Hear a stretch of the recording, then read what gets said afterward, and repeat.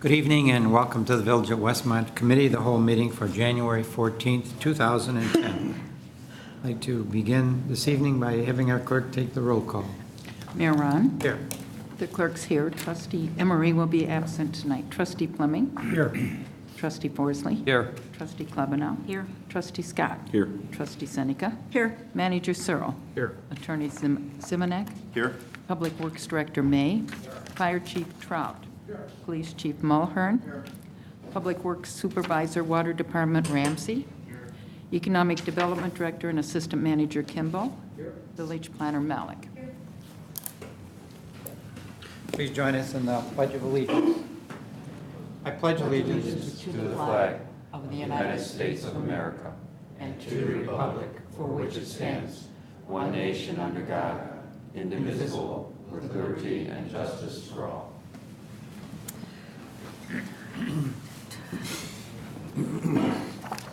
First item this evening are the minutes of the Village Board Committee of the whole meeting held January 4th, 2010. Any corrections to be reported? The only thing that has to be added to the minutes, and they'll be emailed out tomorrow, are the trustee comments. It got very confusing with the joint meeting, and we just did it the way we would a formal meeting instead of adding the comments for the committee of the whole. So those will be coming by email tomorrow. Okay. Thank you. Moving right along, open forum. We have one open forum request before us this evening. It's from a David Svitek at 403 North Park. Mr. Svitek. Good evening, ladies and gentlemen. As you know, the village is going through a comprehensive plan for water management. And over the past year or so, several entities, the Village of Westmont, Downers Grove, and DuPage County, have been looking at the Westmont Water Surface Protection District 1 and its future. I just noticed the other day in the Westmont Progress, the district is there's a question on the ballot for the residents in that district, whether or not the district should be dissolved. And my question to this village is, what is the position of the village and why? Where does the village stand in this matter? I think The village has been working towards assisting in the dissolution of the Water Surface Protection District. We have been in favor of that. I think one of the reasons the manager can clarify this more is that a lot of the problems that part of their district is in the Village of Westmont, part of their district is in Downers, part is in north of Ogden, but in the areas that are part of the Village of Westmont, we've almost had to work closely with them to solve problems that we could have solved on our own or our own with the assistance of the county. And it's been a problem over the years for us to deal with them and their regulations. It's almost like a duplication of services between the village and the county and the Surface Water Protection District. So it sounds like a bottom line that the money can be better spent elsewhere by not having the district. Well, there is some history to this. We were approached well over a year ago. I think it was really initiated by DuPage County. They're trying to set up a countywide stormwater utility, and in part of that work, they've looked at some of these situations where, and there's very few of them, where you've got a separate district like this for stormwater management. They approached us and set up a meeting with us in the Village of Downers Grove well over a year ago to talk, and including representatives from the district, to talk about the future of the district.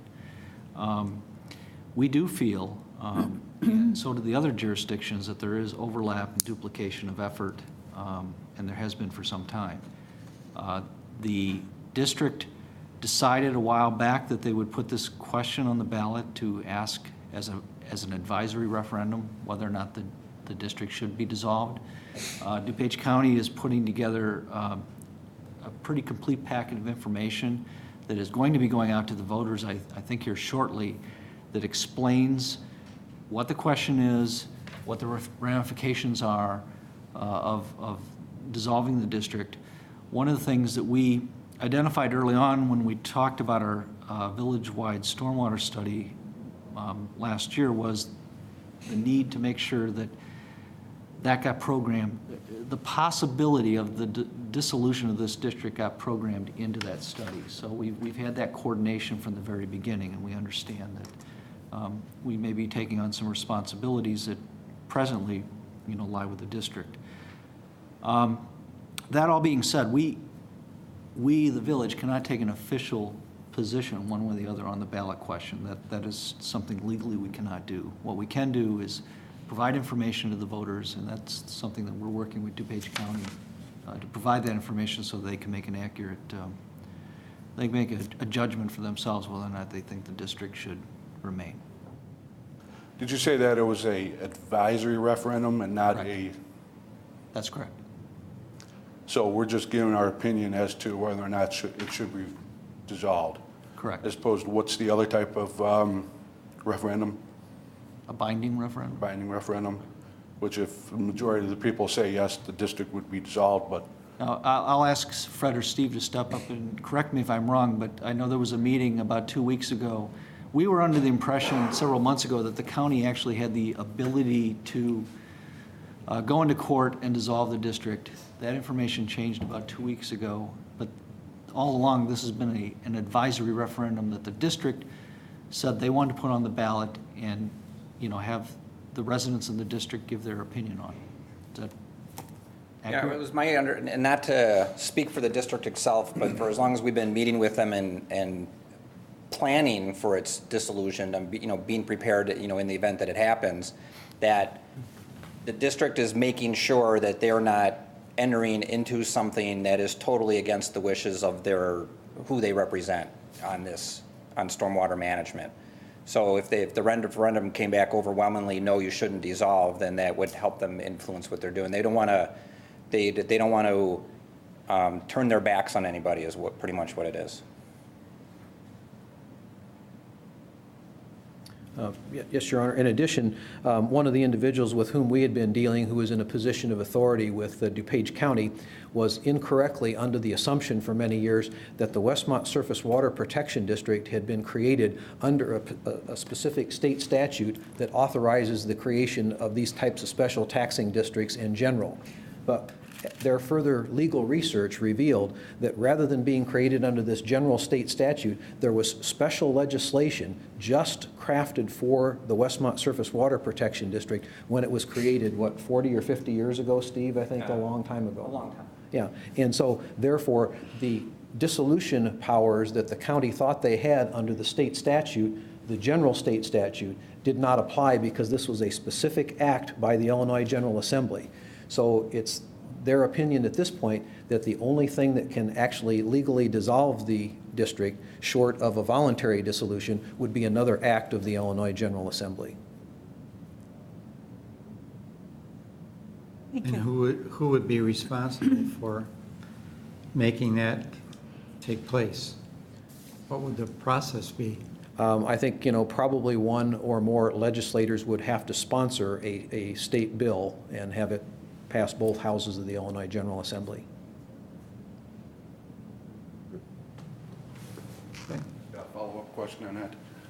Is this the only district that is covering Westmont? In other words, is there any other districts involving Westmont? There used to be Westmont Surface Water Protection District number 2, which was the Northeast Acres, but that was dissolved a number of years ago. I'm not even sure how long ago. I think the county told us there's at least one other district somewhere in the county, somewhere out north in the west part of the county. But there aren't a lot of these districts around anymore. Was that district, the District 2, was that formed the same way as District 1? I don't know the exact history of it. All I can tell you is when I started here in the early 80s, it was gone, and I had heard that it had been gone for a number of years. I don't know the exact history of when it was created or how it was dissolved. I'm guessing it probably was voluntarily dissolved like they're considering now for District 1. Thank you.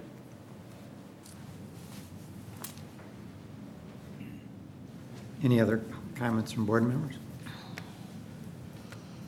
Thank you. Moving right along, reports. Only thing I'd like to make mention of at this time is that once again, our Public Works Department, under the direction of Steve May, has been doing an excellent job of snow removal in the village, and we keep on getting compliments, and I'm sure all the board members have also, as to how well cleared all the streets are in Westmont. So you continue to do an excellent job in that respect, and we've grown accustomed to having that service, and we're very fortunate we're able to continue that again this year, even though the economic times are difficult for all of us. And moving right along, next, our village clerk. I just wanted to really thank the board members for doing the combined meeting 2 weeks ago. It saved us a lot of money, as Trustee Seneca talked about, and I think when the agendas are short like that, it's appropriate to try to save as much money as we can at this point. And other than that, I have to ask if Police Chief Mulhern will come up, because he has to talk about something for a second. Thank you. If I could take a few minutes for a shameless plug for a very, very good cause. The Police Department is conducting the Junior Citizens Police Academy. The applications are being received or open for reception by the Police Department. The Academy will start on February 12th. Also will occur on the 19th, 26th, 5th, March 5th, and March 12th, and graduation will be on Friday, March 19th. The applications are available at the Police Department, or if you want, we can try emailing you one. So if anyone is interested, their kids are interested, and moms and dads are interested in having a free babysitter for Friday nights, we will gladly accept applications, and thank you. What are the requirements in terms of, you have to be residents of the village of Westmont or attend school in Westmont? You must be a 6th, 7th, or 8th grader, live or attend school in Westmont, Okay. have few or no serious police contacts, must have your parents' or guardians' permission, and have your own transportation to and from class, and class size is limited. Normally, we try to limit it to around 25, but we've gone as high as 35, but we were looking for a very good class size this year, and it's a very good class. We go every Friday night, and they learn all sorts of things. They learn what happens when kids get in trouble, personal safety, stranger awareness, emergency preparedness, internet safety, patrol equipment. They get to sit in the squad cars. The most popular night, two of the most popular nights, are the crime scene investigation night, where they get to do a reenactor process an actual crime scene. We reenact a crime scene, and the other popular one is the SWAT night. Everyone loves that night. So, Are we receiving any grant money to conduct that? Mayor, I'm glad you asked, Mayor. Monday night, I'll be back in front of you Monday night. Oak Brook Toyota heard at last year of our financial crisis and the possibility that we may have to cut some programs. I was notified 2 weeks ago that Oak Brook Toyota will be giving the Westmont Citizens Police Academy a $1,000 check, and those funds are earmarked or specified only for the Junior Citizens Police Academy and our Adult Citizens Police Academy. So our academies for this year, and if we spend our money wisely, maybe some for next year, will be funded by Oak Brook Toyota. Great. And they're going to be here Monday night to present the check to members of the Alumni Association. And what we plan on doing is having the Alumni Association is going to have a plaque made recognizing Oak Brook Toyota for this donation. And that plaque is going to be placed in our training center, where it will be viewed by anyone visiting our training center, not just during the academies, but by other officers and other organizations that use the room. Are they still going to get a T-shirt, or is that out of the budget because of the cost? I believe, well, now that they'll still get a shirt. I believe they get our attendees, both adults and juniors, get a shirt that signifies that they attended the academy, and we plan on doing that. That's part of the cost. Now we'll be able to do that. When we were doing our cost, we may have cut that, but now we're going to be able to put that back in. This donation will assist us in supplies that will not be going towards salaries.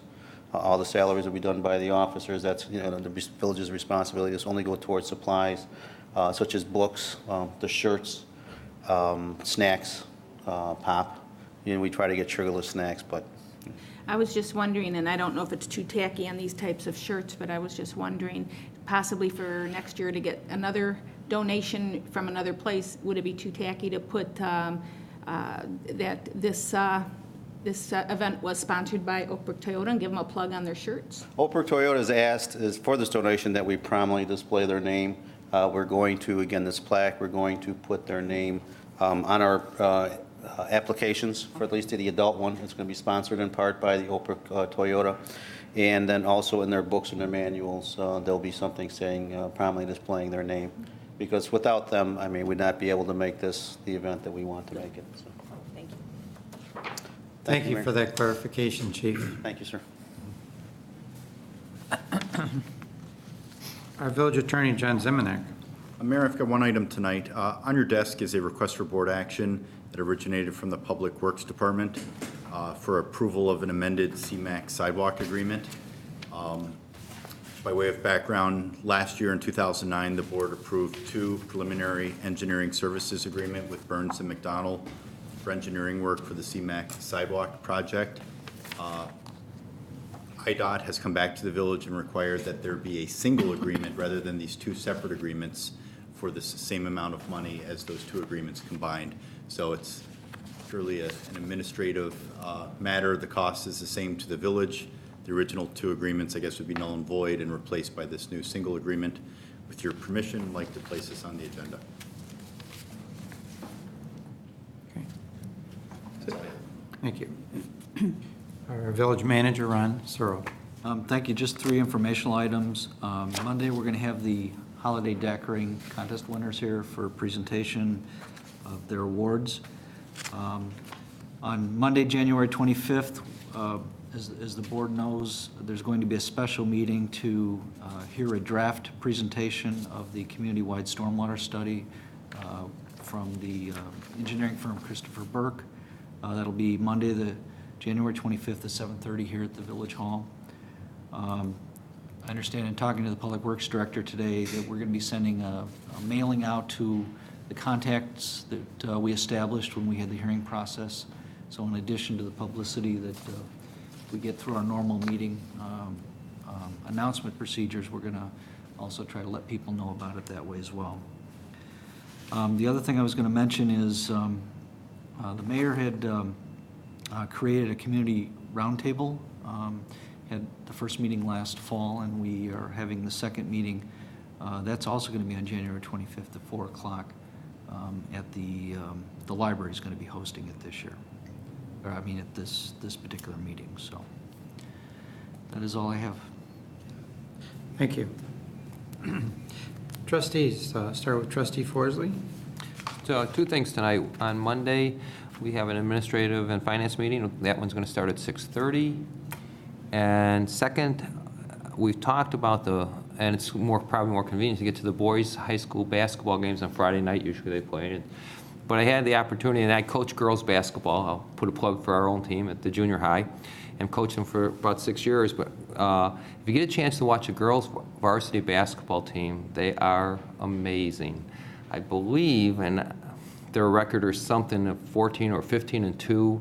They won the Moments tournament. Again, I've had the opportunity and privilege of coaching these girls when they were in 8th grade. So to see them at this level is just tremendous, and they're doing a great job. They won the game I saw last night against RB at the buzzer by 1 point, and it was just a phenomenal game. So if you get a chance, rally around those girls because they're something special, and hopefully we'll see them go far in state this year. When do they usually play? Well, they usually play, I want to say Wednesday or Thursday, middle of the week type games. Okay. I had to look on the schedule. I had to go on the website, in fact, just to see when they played. The high school website has all the athletic schedules. Okay. So if you get a chance, I think you'll enjoy watching them because they are a fun group to watch. In the same vein, there's a high school basketball game tomorrow night. The boys. But there's also the boys. There's also boosters spaghetti dinner prior to the basketball game. I believe it starts at 5. 4:30. 4:30. So, yeah. Perhaps, I'm not sure that the boys have done quite as well as the girls, but Oh, they've got a really good. I think I've heard in the paper, they've been doing they're really like well, 9 and 10 and 5, I think. something like that. Yeah. like I said, they're not doing quite as well as the girls. They're doing good. As I said, they were fun to watch. And again, because I had the privilege of coaching these young ladies, it's fun to watch them when they grow up and see how well they do. Oh, that's great. That's great. Thank you. Next, trustee Klebanow. Just a couple of items. One, I just want to remind everybody about the American Cancer Society Relay for Life kickoff event is Monday, January 25th, 6 to 8, and it's hosted by the Tap House Grill. So if anybody can make that, it'd be a nice event to go and pop in at. And then last Monday, we had another census meeting, and I just wanted to bring up a few facts that we got through our meeting. One of the things we've been trying to do is find a place to put the literature for people to pick up, and also have what they call QAC, which is question and answer locations for people who have problems understanding how to fill out the census, that they can go physically and talk to somebody. So we've been working on trying to pick out locations in town, easy locations. Another thing in there is we're going to be looking at possibly putting up lawn signs. And similar to when we campaign, but being that this is village signs, we probably will be able to put them on the parkways. So if people see a census sign on a parkway, please don't pull it. It'll be okay. And we're hoping to get those ordered and get those up. You might find they're working on a few commercials. So we hope to get some commercials going on our stations. There will be a little blurb in the water bill reminding people about the census. A lot of the homeowners associations are trying to put them in their newsletters. We're doing everything we can to try to get the word out to everybody about this. One of the things they should know is your census, if I understood right, should be arriving probably around middle of March, somewhere around the 3rd, 4th week of March, and they're supposed to be getting filled out. There's only 10 questions, so it's really simplified this time, 10 questions. And the best way to avoid having somebody knock at your door or call you is return the card. And answer those questions, return the card, and you're done. So it's a lot simpler this time. We are going to have another meeting February 18th, 7 p.m. here at the Village Hall again. So if anybody wants to come, they're very welcome if they have questions. But you're going to start seeing now that the kickoff is here for the census, you're going to start seeing more things happening in the village, reminding people. I believe isn't it the law you have to fill out a census form? I thought I heard somebody say it's a law, but I don't know for sure. They say it's mandatory to participate, yes. So, also when it comes to that, they're hiring. I don't think they have everybody yet. So if you go to the census website, if you can use a part-time job for a couple weeks, please go to the website. I understand they're paying somewhere about $18 an hour, but they also could be really happy to see people with a second language, Spanish, Chinese, and also these will be available in several languages. And they can even go on the website, I believe, to see and pull their language out on there and stuff. So they're doing everything they can to make this as swift as possible. But we do know that there'll be people who'll be confused, so we're trying to get locations out there for people to physically come in and, get answers. So we're working on it. I just wanted to add, too, if you're interested, there is on the 2010 Census.gov website, they've got a copy of the actual form. You can't fill it out, but you can go online now and see what it looks like, look at the questions if you're interested. Oh, great. And then there is a link from that section to look for job applications, I hope? I'm sure there is. I believe the first thing, if I understood right, is that you won't see the people out walking in the beginning of April because they're waiting for the cards to come in. So probably by about mid-April or so, you're going to start seeing people out walking, trying to get the ones that they didn't get cards or phone calls being made. So it's not April 1st, you're going to have people knocking at your door, but somewhere during April, once these cards start coming in. So, do you have anything that you can? I was just going to say, I don't see, I'm sure it's here, but we can put a link on our website for the Okay. potential people interested in census jobs. I know at the meeting, he was under the understanding they are still hiring, They are. so. So the most efficient way to do it is when you get the card in the mail, fill it out and mail it back, and they will not be Nobody will bug you as long as you around fill to it out. knock on your door. There was a question at the meeting, well, what if you didn't answer a question, one of the 10 questions? And the answer came back, well, you'll probably at least get a phone call to try to get that answered. So it's best to try to answer all the questions. So, Very good, thank you. thank you very much. Trustee Fleming. The only thing I have tonight to say is we've lost another longtime resident of the village. Don Hocking was 93 years old, World War II veteran, and he passed away on New Year's Eve. Wonderful man. I mean, prior to that, he lives right up the corner of my street on the opposite side, and around Christmas and that, he was still out shoveling snow and that every summer. This man had no qualms with doing things. I mean, he was a phenomenal individual. I learned a lot about the village through Pa Hocking. Everybody called him Pa, but I think he'll be sorely missed, and my condolences to the Hocking family. Thank you. Thank you. Trustee Seneca. Thank you. I just wanted to remind the residents of the service that we have here in the village, Nixle.com.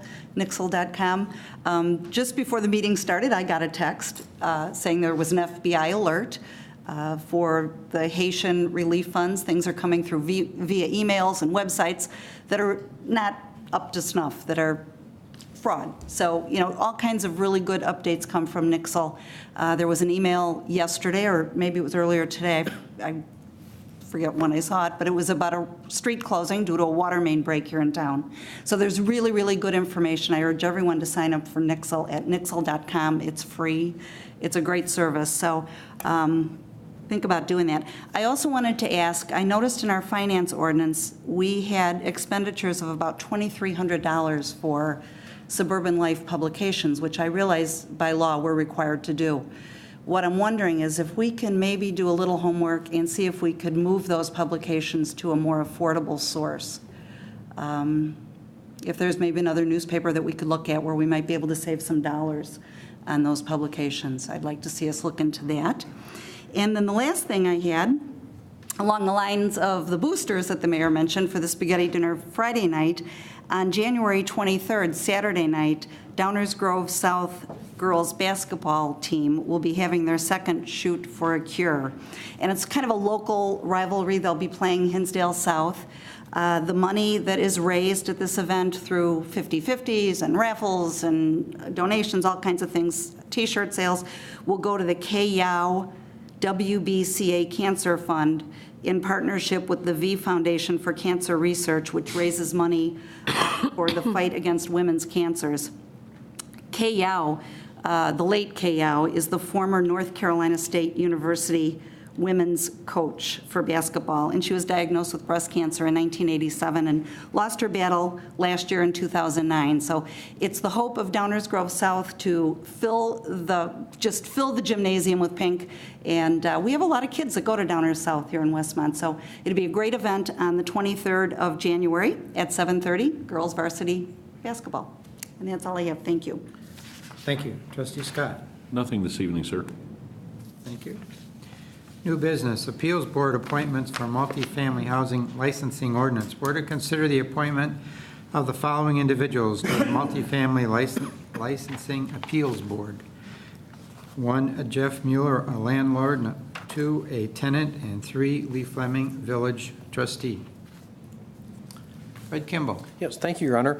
As a result of the adoption by the Westmont Village Board of the new multifamily housing licensing ordinance, which became effective January 1st of this year, one of the provisions of said ordinance is that we must have an appeals board in place if a landlord or a tenant is charged with a violation or their license is to be rescinded as a result of some issue associated with the enforcement of this new law, that an appeals board has to be in place that would serve to hear their objection to an interpretation by staff or something on that order before it would go to circuit court to be adjudicated. So we do have to provide that administrative remedy in the form of an appeals board. Staff was trying to think in terms of parsimony as well as meeting the letter of the law here. Thought it might be a good idea to have a 3-person board made up of a landlord, a tenant, and a village trustee.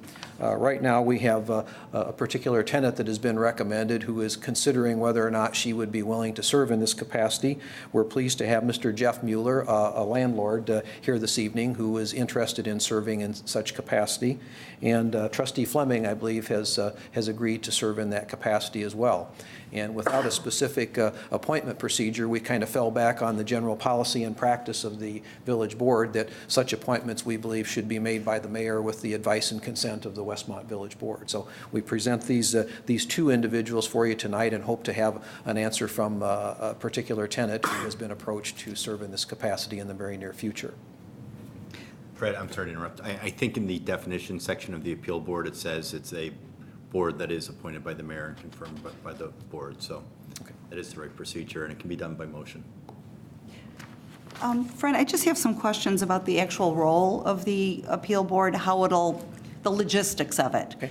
If I'm a landlord and I'm cited, and I'd like to appeal to have it overturned, will I have a hearing in front of this board, or is it all done within writing? Will there be legal representation there to sort of support the village or to support the landlord? I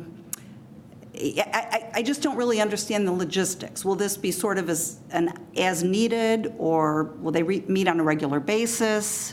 Well, I think it would meet on an as-needed basis. Okay. If we had any objections or appeals, then the board would get together and decide upon a meeting time and formally convene a meeting to hear said appeals. And John, would you care to elaborate further on the specific legal process involved? Sure. Certainly anyone making an appeal, landlord making an appeal, has the right to bring counsel. It would be not in writing, but would actually be a physical presentation to the board, although they can submit any support in writing that they want. And the village can choose to have or not have legal counsel present representing it. It comes down to, in most cases, interpretation of whether a code violation exists. So whether legal counsel is the right person or whether it's deferring to staff who may be present to provide some testimony, it depends on, I guess, the situation involved. And certainly as we're newly forming this, it may be that there are some rules of procedure that have to be developed still, much like we've done with the administrative hearings for the red light enforcement, et cetera, that would be kind of short and to the point. Great. Thank you. But again, Trustee, I think the intent of the ordinance, we believe the legislative intent is just to provide that appeal mechanism so that a landlord or a tenant can have their grievances heard, and the decision to staff in regard to these things is not absolute. I agree with Sue. I had talked with Ron Searle about this, and some things bothered me, like we already have the names, but we have no guidelines. We have nothing in writing, as you said, to state what the board is. We have nothing to show. Are there appointment lengths? We don't know if they're infinitive, how long these appointments should be for. Obviously, I'm presuming there's no compensation, but I would like and then feel better seeing something in writing explaining specifically what this is for, what it's going to do, what it's going to accomplish, and who, not necessarily the names, but who you want on it to represent the places, and then worry about naming the people to the board, afterwards. So I feel this person he's thinking of, the tenant, has plenty of time, because before I vote on the people, I'd sure like to know what their duties are expected. And I also am concerned, I sure would feel comfortable having some kind of legal person sitting there, because here it says that the owner or managing agent may be represented by legal counsel. And I certainly wouldn't want people on the board getting intimidated. We all received a nice little letter from an attorney who went through several pages of rambling. I'd like somebody there with a legal mind that can boast back and forth if we felt it was necessary. If things look like it's not going to be that necessary, maybe it could be somebody that just periodically pops up depending when they know how severe the case may be or what's behind it. One of the attorneys could possibly be the attorneys we use for these code violations who represent the village. Maybe we would have to make arrangements for somebody like that to sit at this council. And as far as legal representation, it would depend. If the village is actually using an attorney to put on the case, then you would actually need potentially 2 attorneys. You'd need a prosecuting attorney who would perhaps be the code enforcement attorney, and then an attorney representing the village. More likely, you would just need someone there, not prosecuting the case, but just to give advice to the commission on an as-needed basis, which, you know, our office could fill that role easily on an as-needed basis. I don't think you need a prosecutor there making the case, because the case has already been made that there is a violation, and the burden is on the appellant, the landlord, to present their case. And we all received an email that somebody had suggested a resident would be nice, somebody who has a vested financial interest in the village. I do realize to add that would possibly make it difficult because you like an odd number and not an even number, but it's something. You take it from 3 to 5. Well, it's something that we could It's that figure simple. out. And Right. to put part of it at rest, I don't expect to get paid for it. I don't think so, but I want it in writing for a future so nobody can fine. come up and think that they're going to. That's why I said I'd like to see. I hadn't things. thought about the salary issue, but I know the trustee wouldn't be paid because that's the way we've done things in our budget. We wouldn't get paid for that. But that's an interesting point about the resident, because we do pay our commissioners, but we don't pay the finance. I guess we do just have to clarify it. I hadn't thought of that. I really hadn't. I see this more of kind of a goodwill, not necessarily a legal, you know, the more I think about it, it's. Well, it is a legal proceeding. I mean, it's an administrative quasi-legal proceeding, and it's a precursor to potential circuit court legal action that a landlord can take. So there is some formality to it, and there's nothing wrong with drafting some procedures. The closest thing we have in place right now is that someone can appeal a staff decision to the Planning and Zoning Commission, an interpretation. We don't have procedures for the Planning and Zoning Commission for how they handle those appeals, but kind of accepted how communities have done that over time, and that's at least a body that's in place with terms and et cetera, and they do get compensated. Something like this, I think it was contemplated that this would be more a volunteer group that would not meet, we don't think, too regularly. Well, and I guess as I think this out, might there be some violations that would not be eligible for appeal? An example, you know, you've got a 32 apartment building that's been without heat in 0 degrees for 3 weeks. I don't think they should be able to appeal that. I mean, that's so black and white, shame on them. They pay, they fix, they pay. So, I mean, I think maybe we need to, I think there's some things that just should be unappealable, if there is such a word. Is there? You're the teacher. Interesting thought. I would defer to legal counsel, answer to that one. See, we're already using legal counsel just to discuss this. Took us 2 minutes. I think there are probably other provisions of the code that would address lack of heat, where it's an emergency situation, we'd run into court, and could even get a restraining order if necessary. So But other than that, everything's fair game. If there's Okay. a decision that a violation exists, it says here they can object to the violations, or they can explain their request. They can just simply request more time. That could be part of their appeal. Hey, you've given me 30 days, I need 60 days, here's why. And other than that, everything's fair game. We don't want to foreclose the right of someone to Okay. get before the board. But we have that process in place today of asking for more time, and Well, that would it's be generally a for staff regular decision. building and zoning code issues, but I think under the auspices of this particular new ordinance, the multifamily housing licensing ordinance, it does call for the appeals board to be the hearing body for the administrative remedy. But you're right, short of filing an appeal, if someone gets a notice to correct a violation, they can work with staff and say, hey, I need 15 more days, and I'm sure staff can try and work that out. They'd rather have compliance than unnecessary Absolutely. procedural hurdles.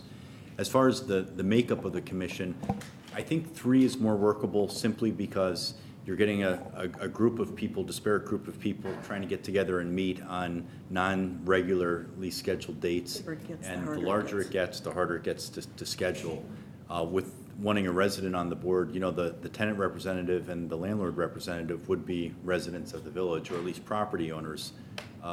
in the village and have an interest, I would think, but it's up to, obviously, the board if they want to expand And, that. you know, as staff tried to reason our recommendation to the board through, one of the things that I kept thinking about is if I want to appeal my property taxes with the county, I believe there's a 3-person board that you go to appeal your property taxes. So That makes sense. John, what if, say, the landlord had to recuse himself? Could you appoint 4 people and have an alternate That's a good idea. to fill that role? Probably would be easier to have an alternate trustee fill that role who might be more readily available, but that, again, it's up to you guys, but that's a good idea. yeah, we wouldn't want to let the landlord vote on his own appeal, I guess. That would be pretty He's difficult. over there nodding. But like I said, this is going to be long-term. As long as we have our multifamily, we're going to have an appeal process. So that's why I think I'd like to see something in writing in our ordinances, very blunt, so somebody doesn't take this position and expect something. And the people who come to the appeal can look at it, and they know what to expect, what our committee is supposed to be doing, the appeals. Yeah, I'm fine with the selections and moving forward on it, and perhaps one of their first duties might be to put together their working document of what it is and it isn't, and how they'll proceed, and, you know, similar to the way other ad hoc committees have done. Right. Well, the other thing I could say, if I were to be appointed to this, usually there's going to be one person on the board who will chair whatever it is. I do not want to be that person. So it would either be the tenant or it would be the landlord. I would strictly be there to listen, and I honestly believe that I could listen and be very fair in any given situation. You raise an interesting point. Perhaps, you know, maybe a member of staff would actually facilitate the hearing. I mean, we would certainly serve as a support. You know, whereas one person wouldn't be put in that role. John, a question with regard to some of the points that the trustees have raised. For example, in the mayor's role as liquor commissioner, is there a procedure stipulated for appeal hearings for rulings of the liquor commissioner? No. We do have a hearing in place. The state statute does have some minimum requirements as far as what the advance notice is of a hearing. But the hearing itself, we've simply advised the mayor, you know, have to give due process rights, swear in the attendees, let them present their case, have witnesses to present the village's case, and the mayor makes a decision. In those cases, we do have a court reporter present, and that's something we'd have to consider. I don't recommend having necessarily a court reporter present, but we should have some means of recording the appeal process, so there's a record of it. And Trustee Klebanow, I think, has a very valid point. Let's, at some point, you know, this isn't an urgent request, but in the next month it may be, to get these procedures in place and make sure that it's transparent and does give due process to everyone. If the board is interested in delaying this to the next committee of the whole meeting, I think we could probably have something to look at. Have 2 items really on the next agenda.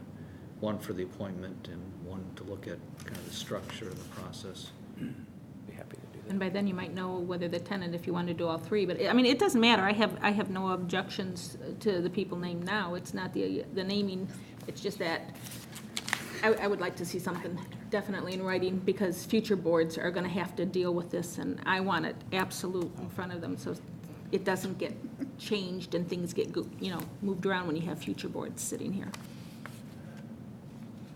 Okay, is everybody in favor of me moving it, continuing it at our next board meeting and putting the information as presented together at that time? So we're just Can I going to ask pull one- it off the agenda? Yeah.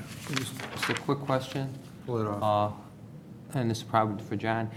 If, in an appeals process, is that something open to the public, where then all landlords and tenants and everybody can be in the audience as this appeal, or is that a private type of? It is not private. It is open to the public. No one else can participate except for the person making the appeal and their legal counsel or witnesses and the village personnel, but they're certainly welcome to attend and see how the procedure goes. Okay.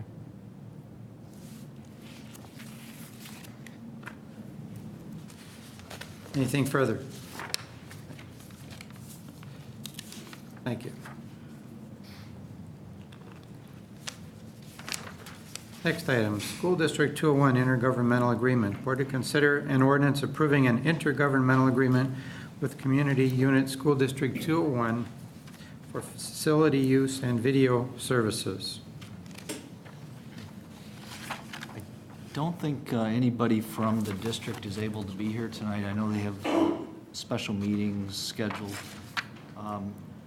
We did pass out the version of the agreement that the school board approved unanimously on Tuesday night, this past Tuesday night on the 12th. It does have some markup in it, so you can see what some of the, what the latest changes were.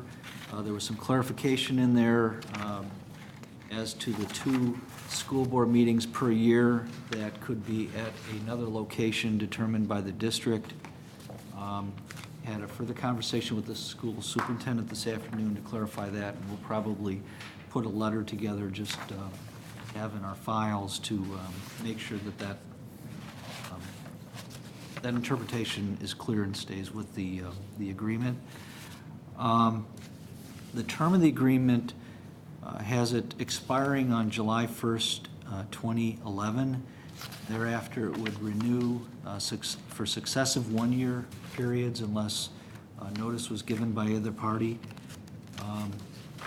This does involve the potential expense by the village of up to $2,000 annually.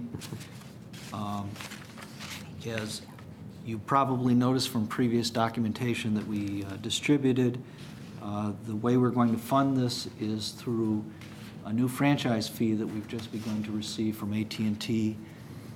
As you remember, a couple years ago, the state created a process for state franchising of video services. AT&T took out that state franchise. We did not know at the beginning of our current fiscal year how much we would be receiving from that franchise fee because we had never received anything under this franchise before. So we didn't have that in the budget, so this is actually revenue that we did not anticipate this year, at least didn't anticipate, wasn't able to anticipate the amount. But under the state statute, 1% of that 6% franchise fee has to be used for public access activities, and this certainly qualifies for that. So it's an appropriate expense for that. I should point out that our IT manager, Glenn Liljeberg, has stepped forward and has really provide some leadership in terms of trying to put this whole proposal together, and it will be through a combination of his effort and paid contract services that this will happen.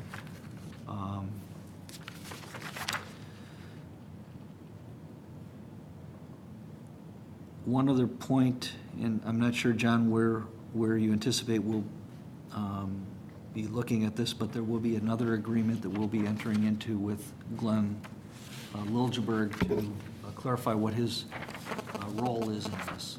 And I'm not sure if that'll be ready, you think, by the next set of meetings? It's almost ready now, so definitely by the next set of meetings. And it just clarifies that Glenn has volunteered to provide some of the videotaping, editing services, and as a village, confirming his role as a village employee versus a volunteer in this regard. So that's kind of a quick nutshell picture of what the agreement's about. I'd be happy to answer any questions. It's been through our legal review process. It's been through the review process of District 201. And as I said, they approved it unanimously Tuesday night. Questions?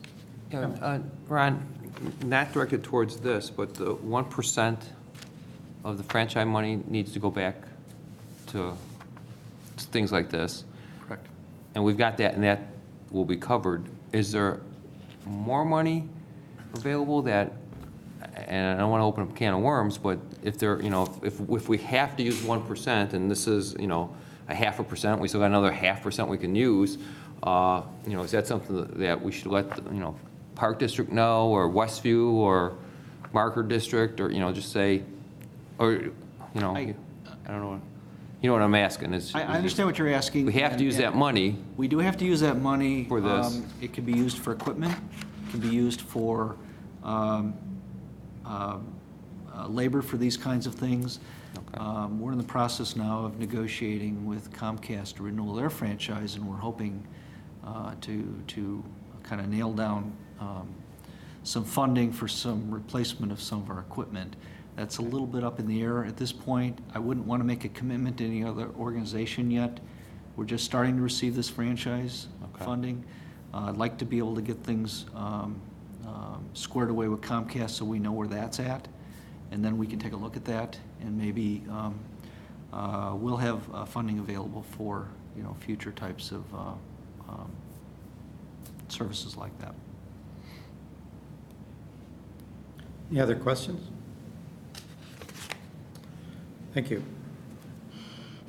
Next item, Westmont Rotary Basketball Tournament televising. Board to consider a request from the Westmont Rotary Club to broadcast recorded 2010 tournament championship games and periodic public service announcements on Channel 16.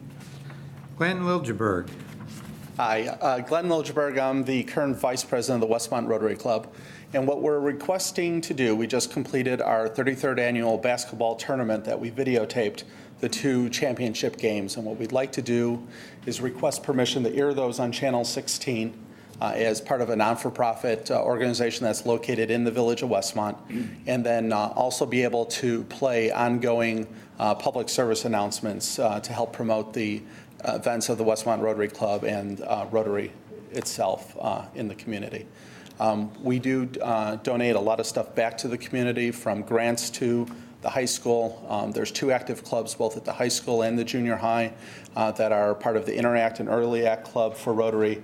And this is just a way for us to help publicize and promote the different activities that Rotary does in the community.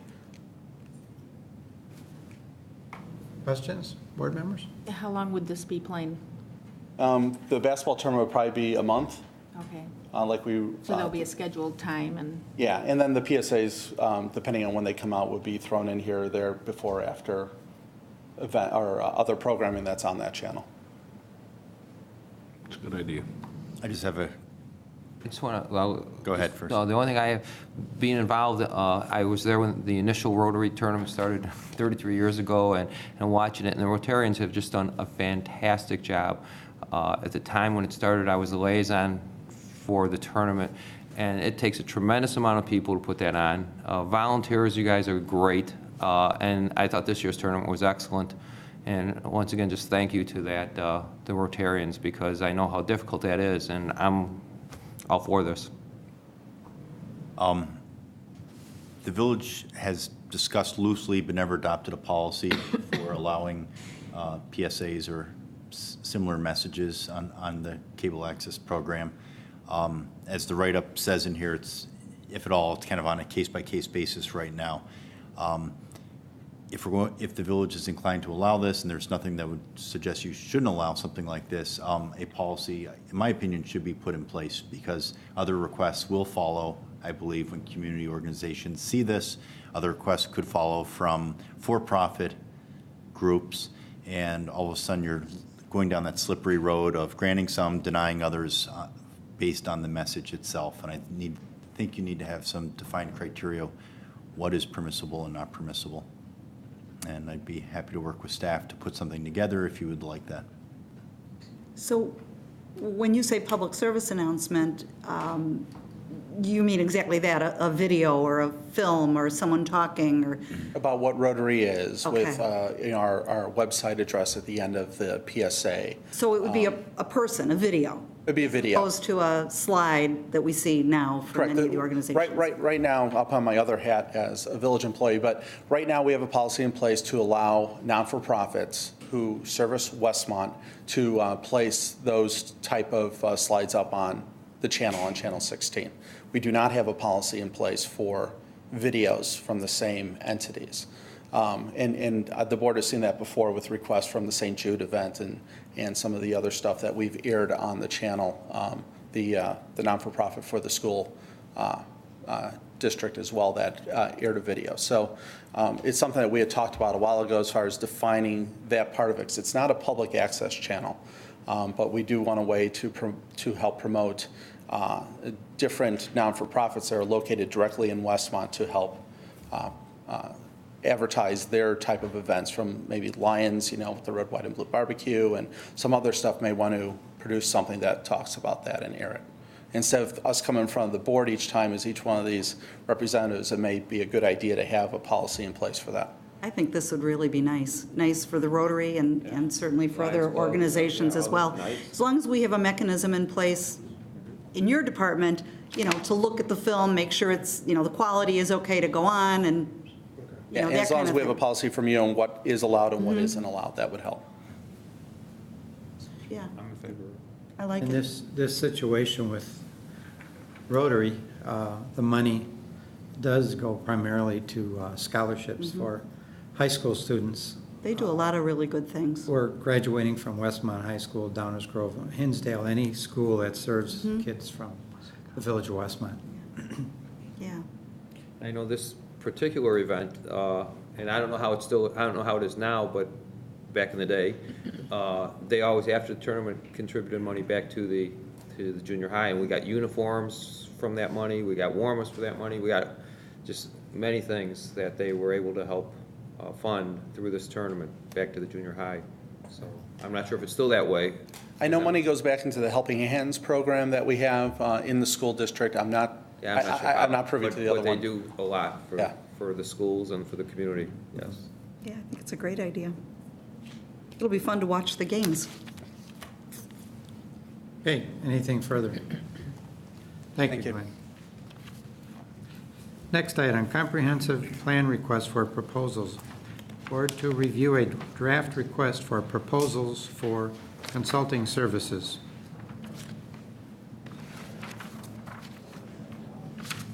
Good evening. You'll recall back in November, the joint meeting that took place between the Village Board and the Planning and Zoning Commission regarding essentially a summary of the 1998 Comprehensive Plan and request to consider funding for a rewrite.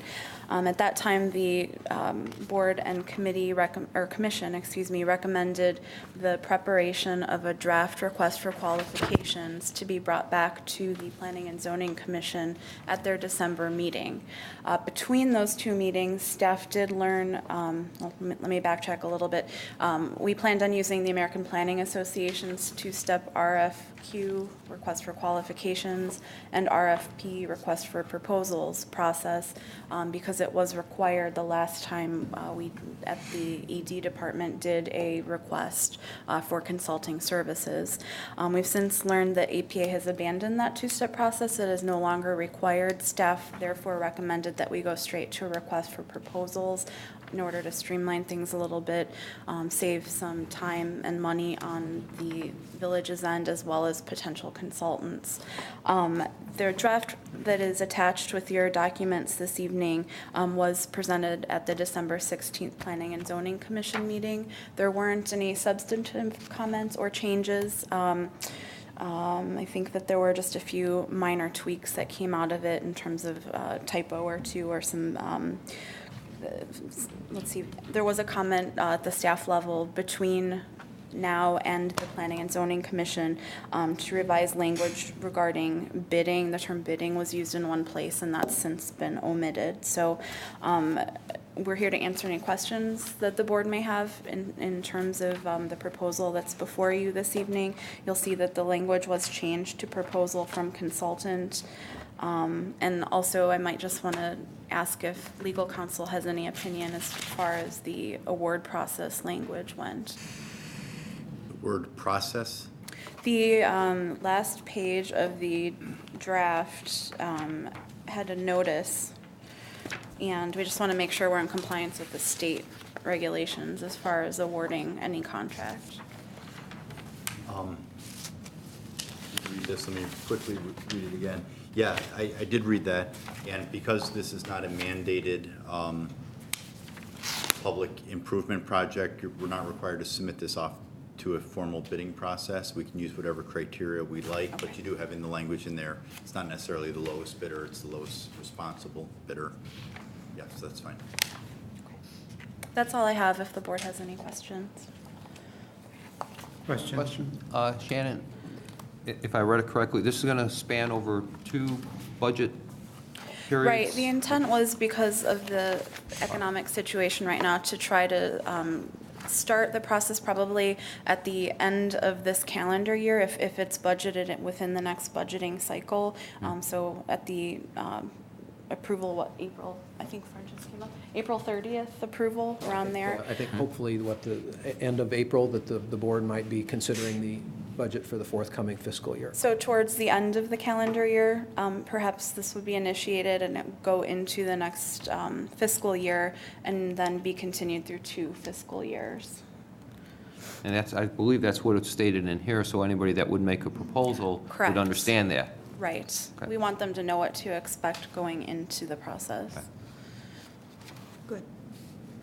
So let me see if I got this correct. You're going to put this out, and you expect the bids to come in, and by the new calendar year in May, we should know who we want to accept?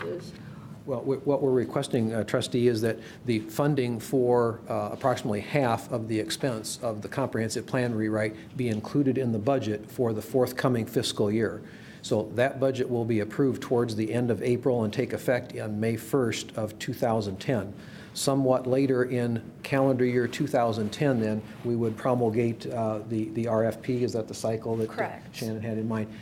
So that the beginning work could commence towards the end of calendar year 2010 and then stretch over into the following fiscal year so that we could budget it from a cash flow Okay, but what I'm standpoint. asking then is, by the start of May, when we approve the new budget year, we haven't approved who we're going to do this. We're still going out. Once the budget were to be approved, if it includes these funds, that's the point at which we would let the RFP out. So there's some determination that the board would have to make in terms of when we want to release the RFP. Because I'm having a lot of trouble with even thinking of a comprehensive plan when I have no idea what our budget is. I don't know if there's going to be layoffs. I don't know if we're doing price increases or, giving everybody some kind of a, salary increase, or are we freezing the salaries again? I have no idea at this point, and I don't even want to consider a penny going to a comprehensive plan till I see what how our budget looks between the end of the year and the new budget. And trustee, staff is certainly mindful of the budget constraints. That's why we in no way wanted to be presumptuous and even think about promulgating an RFP unless and until that money is appropriated formally through the budget process by the village board. So even if you find a way, or the finance finds a way of starting to put some money in the upcoming budget, we still haven't gone through the process of picking out our bidding. Absolutely so that we're not stuck at that point. I'm worried that these guys are going to come back with numbers that, I find it very difficult to tell staff to have another freeze on their salary and yet, blow off $100,000 to have a study done if the economy is still so bad. So I just want to make sure that by approving this draft, that it is not going out until after we know more. That is correct. We would certainly not promulgate the RFP unless and until the money was incorporated into the budget by formal vote of the village board. So you're going to come back to us again and say, now we're ready to go out for the RFP? Well, I guess that should be a part of the discussion this evening in terms of, is this going to be, from this point then, part of your budget discussions, or where does it fit in next? Well, I think this is, as I understand, this is the draft proposal. So we're saying, yes, this looks good. Right. And that's about all we're saying. Right. And then we do the budget talks, and then maybe at the budget talks, Trustee Klebanow looks at it, and we look at it and we say, I hate to say it, but we can't afford the comprehensive plan. We can't do it. Then this proposal gets set aside maybe for another year. Is that, am I understanding that correctly? Well, I would say the RFP goes out. In any case, the RFP goes out, because until the RFPs come in, we don't even know what dollar amount we're looking at. Once they come in, then we can say yes, or yay or nay. We have sort of an idea, But are we stuck? But we'd have to have a number. Yeah, but I We'd don't- have to have a number for Something the to put budget. in. So we know, like trustee Klebanow was saying, I mean, we don't want to lay off people or do any of that and go out and Right. do this. So say the economy turns right. Yeah, I'm we worried, get- yeah. And we able to give raises and we say, yes, we can do this. And Ron helped me out in a sense, then we might say, okay, we're going to apply $80,000 towards this comprehensive plan. Now we send out the RFPs and it comes back at 120,000, maybe we don't do it then. But that's, I'm wondering too, though, if it comes up higher than we anticipate or we even thought of budgeting, we're not obligated to take anybody? Right. We're not in any, Not with an under any RFP. We're not obligation It's just a whatsoever. request. I just want to make sure, because anything. they've already, I think as far as the budget number is concerned, you know, this is a fairly common process. We can look at other communities and look at our own experience. We can come up with a pretty good budget number without having to send out the RFP. So we're pretty comfortable with that. But yeah, you're right. It doesn't obligate us until you award the contract. You're not obligated. I think we still ought to send it out. I think we need to go through with the exercise. Back in. I mean, we're not. Well, I think we got held to try to anything. put it in the budget. Right. I mean, that way we've I got mean, it's going something to to stay look there. at. Right. But that's what I we're mean, you know, trying. and granted, I understand what you're saying, Ron. I mean, you know, I'd rather not use a WAG scenario in this situation. If we can get some actual numbers given to us to look at, I think that it'd be better off. And I understand that we can probably get close with some of it, but if we go ahead and send it out, let them send proposals back in, see what kind of numbers they come in with. So what are you suggesting? Send it out sooner, Yeah, before we do send the out- budget send out- process? Go ahead and send out the request for proposal. Right, like now, before we do the budget? Yeah. To get because- some numbers? Because then you get some numbers coming back, and there could be a mass broad spectrum of what you're dealing with, but, you know, you're not obligated to use any of them. I don't care, but we may not get, they may You not know, think we're serious. I mean, it's, you know, that's See, I see their, what you're saying, yeah. but that's those companies' jobs. They bid all day long. That's what they do. My- So whether or not you accept it or not, it is of no consequence, but it gives you some kind It's of the nature of numbers of to look business. at. That's what they do. Instead of trying to guess or come up with a number, so we have something that we can actually work with. My only concern with that course of action, which I totally understand, is that if we ask somebody for a quote today, say in February, and then we say, but you're not going to start the project until December, that's quite a Span. span of time between the awarding of the bid. You know, do they have the same staff? Is there overhead? Did taxes increase because the federal government and state They may governments? make the in numbers business. higher just to compensate for the uncertainty. But the other side of that is too, by the time we get done with our budgeting process, if we have that number, I don't think we have to wait till December to make But- that decision. Well, and this, you know, to Ron's point, we pretty much know what the number is. If you remember, we've had this in the budget before Right. and pulled it out. So I would guess that staff could come up with a pretty close estimate of what it's going to be. I think, you know, go ahead, I think we should get the RFP out there, you know, certainly by the third quarter of 10, Yeah. and, you know, move that way. That would be just my take on it. Yeah, I'd like staff to see how we can even work it into the budget before we go out and ask a company to go through all the work. I mean, that takes a lot of work and time too, and I don't care what the economy is, it still takes a lot of work and time, and if they don't think we're serious, The numbers know. are going to be higher. and we don't even know if they're gonna be in business, the way things are going. How do we know the person who, you know, when the bids start coming in back, the first set of bids, they may not even be in business to handle it, whether their pricing can hold. I'd like the staff to work it into the budget and see how close we are, is this a realistic thing? And then if it does look realistic, then we can go in for it. I mean, we don't have to wait till even the third quarter. Once we at least get the budget done in May, we could even start. How long does We it take for an give them RFQ? time to return it. How long does it take? Generally, You get one? you'd want to give, what, 4 to 6 weeks for a In response? terms of the response. Yeah. So if we started getting responses by the third quarter, we could easily put it over 2 fiscal years. Sure. Provided the funds are there, of course.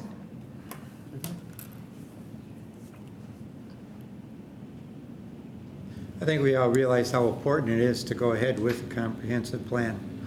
And we're putting things in place to move in that direction. So I think we ought to take your suggestions and you staff, and then You get know, ready. not go out for bids now, but let staff come up with a realistic amount that we can consider when we get down to the budget. Now, do we need to say we approve this draft now then, or is this, is this what you're looking for Monday then? Or is this just to show us at this point where you're at? The direction of the previous evenings seemed to be that we should just come back with the draft language, see if there was any comment or additions that were necessary. I guess, are we on the right track as a Right. staff? Are we Right. executing your desires here? That's it. So basically, too, then what we'll be doing is, when we're ready to go out for the proposal, you can come back and we can give you the nods and say it's ready to go then. Is Sure, that- or if anyone has any additional comments this evening, we'd be happy to hear those too.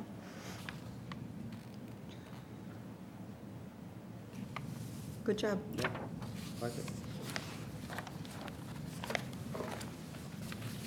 So what vote do we take on Monday?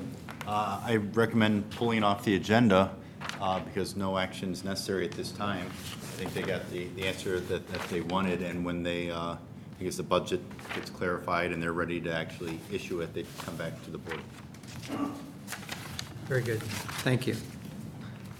Next item, Race to the Flag 5K St. Jude event, street closures. Board to consider approving street closures on Sunday, May 30th, 2010, from 7 to 9 a.m. for the 5K Race St. Jude event as follows.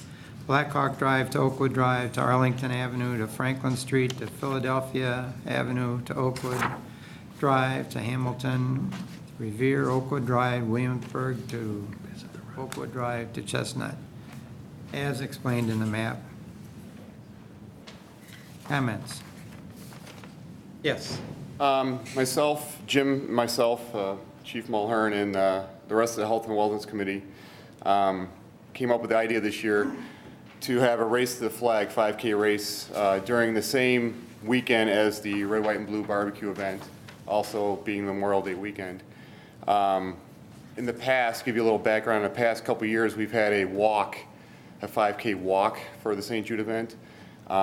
Basically, it's to raise donations for the St. Jude Cancer Research in Nashville, Tennessee.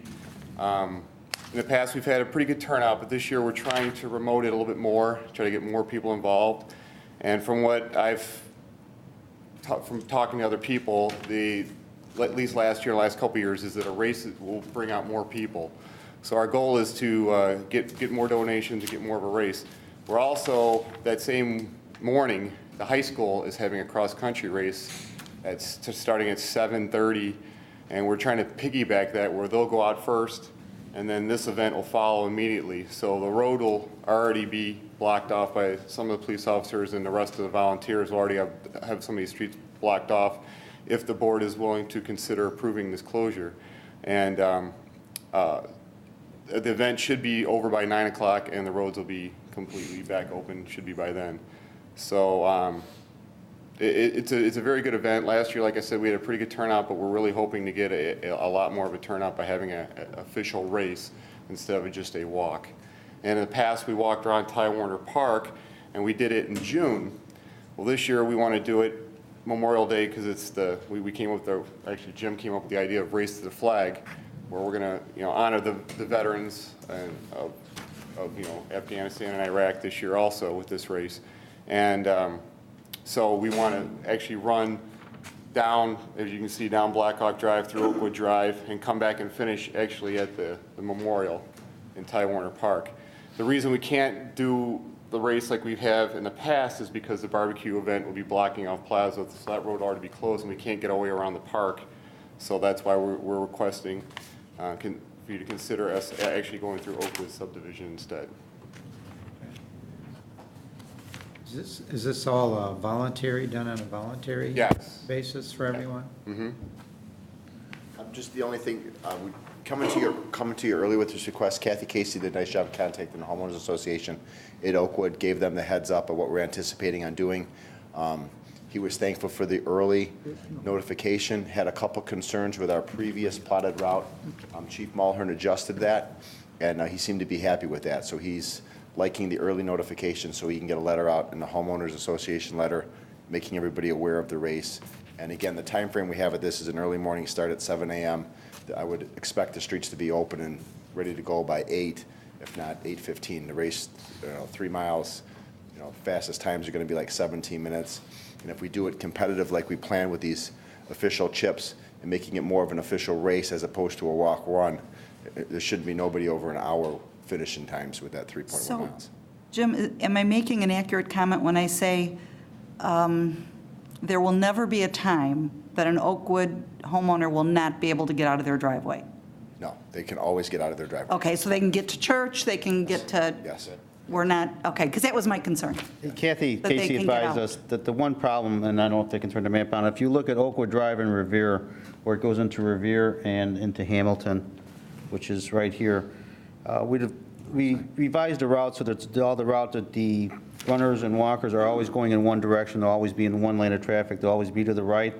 They will always be making right turns with the exception of, I think it's Philadelphia and Oakwood. The only problem that the Oakwood homeowners, the one person Kathy spoke to, is this area right here, where these residents, everybody, as Jim said, will be able to get out of their driveway. They'll be able to drive on the left-hand side of the road because the runners will be going in one direction on the right. Except for this area here where they're going to close off both sections of the roads. And up here between, I'm trying to see, between... It's actually between the junior high property right. and the high school property. Again, the runners may be going in the same direction where we will close traffic off. Our plan is to put a traffic control person here at Oakwood and Revere and also at Hamilton and Revere. They will hold the traffic here until there's a break in the runners or there's a break in the walkers. They'll let the traffic out. This traffic plan allows for people to exit to the south and also exit to the north when available, with the exception of this area from the junior high to the high school area. That's their south parking lot. This area in here will be closed out traffic. However, traffic can be directed out to the north, and traffic from the Oakwood subdivision can be exit to the south. So they will have egress and exit areas to the subdivision. Their only concern was this area right here. Great. And again, as Jim said, it's at 7 o'clock in the morning. As an example, the turkey trot, the 5K run after Thanksgiving, the runners take off. We call them the rabbits. The rabbits take off. They're done in 7 minutes or something like that. 17? Well, they were fast. I just don't remember they were fast. The other thing was the walkers, all their walkers, and I think how many they had, over 100 some applicants on that one. They were done by 57 minutes. So it goes fast. So under an hour, depending on how they walk. Great. But that was the subdivisions. That is the representative's only concern. We may hear more as you hear from more homeowners in that area. However, we want to assure them Sunday morning they will still be able to get into their areas and be able to get out. They may be late a few minutes by the runners. They'll have to exercise, a little bit more caution, but they will have access.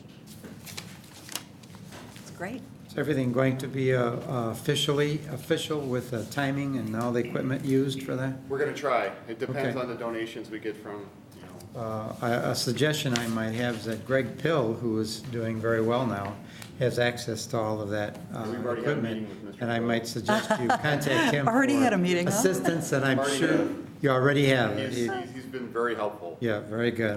I knew he would be. That's very good. Any other question? Oh, this sounds Just- fun. And I think Trustee Seneca's question, and you answered it, I was looking more at the emergency vehicles, just God forsake, an emergency happened, but if you get a car through, you can get an emergency vehicle through, so we should be okay. Yeah, all the runners keep to the right, just like the 5K run, the turkey trot. All the roadways are open. Some residents may have to wait for a few minutes until we get a break in traffic. We let them cross the street or say, okay, go ahead and go drive slowly. Yeah, emergency vehicles will also have access. And also, too, if there were to be a house fire or a medical emergency, the runners usually keep off far to the right to more, and we would also escort those emergency vehicles in. The only thing I would worry about is the residents backing out of their driveways, not paying attention that there's runners out there if there's a few stragglers, but I guess, if Oakwood's and I willing can for talk to it. Kathy. They've or got maybe that Mike anyhow, and though. But Jim that can happens do if it. somebody's jogging down the street, they have Yeah, to but watch out 100 for people that. dragging is a The other little thing is also, too, we'll contact the homeowners association, ask them to put in their newsletter. Well, They are. yeah, I'm sure there'll be adequate notice given to them to be driving that day. And as they're backing out, they look to see if there's cars coming, they'll see They'll see 500 people. runners coming at them. And I've run. Hopefully 500. I've run a few races in subdivisions, including my own, and the people, you'd be surprised, they know what's going on. They're well aware. We're gonna have signs put up all through the neighborhood before the race. Okay. And they also, they're very supportive. They'll come out and give us water. A lot of them sit and cheer in their front yard. I mean, they really appreciate us, right? And it's, it's gonna be good publicity for Oakwood subdivision also. So it's a win-win, I think, for everyone to do this race. And now Kathy had told me, and the reason we had talked about would they want to mirror the 5K for the Beanie Baby Run. Their goal, the organizers' goals, is to involve the community more, have a run through the community. As Mike had said, I've also done some too, where you run through residential areas. It's kind of nice to see the other communities. It's a way to involve the community in their event as well. Excellent. Very good, thank you. Any comments, additional comments from board members? No, thank you.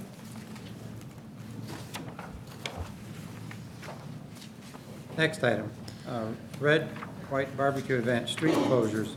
Consider approving the following request for red, white, and barbecue event to be held at Ty Warner Park on May 28th, 29th, and 30th. A, Plaza Drive from IGI to Blackhawk, complete closure. Partial closure at Plaza and Burr Oak to allow local traffic only. Streets will be closed from Wednesday, May 26th, 7 p.m. to Monday, May 31st at 7 a.m. And B, allowing parking on both sides of Burr Oak and Chestnut and on the west side of Blackhawk on the 28th, 29th, and 30th. Good evening. Evening. My name is Jim Addington, and I am a member of the Westmont Lions Club. And I'm just going to open with a few comments. This is our fourth year. I served as one of the originators and the general chair for the first 3 years of the event. I think, as a lot of people know, I've kind of stepped away. I'm not even sure what my title is anymore. Senior advisor. Senior advisor. With my election as the second vice district governor, and then in April I'll be standing for first vice district governor. It's taken my time away from some of these things as I've keep moving up the ladder and line us to the position of district governor in a couple of years.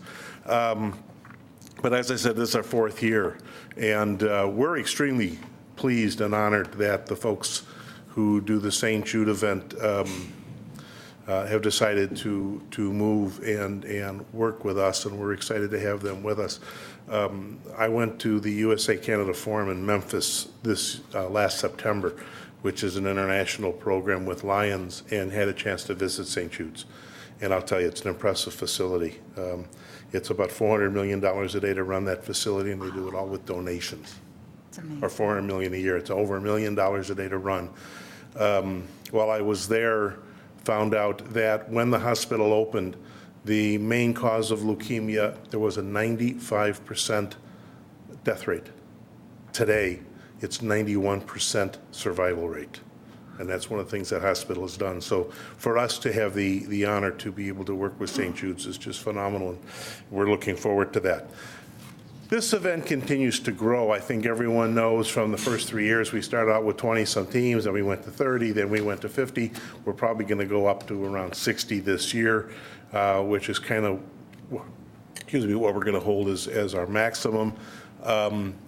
But we've got two other events that are coming into town that you should be aware of. End of January, we are holding another judging class.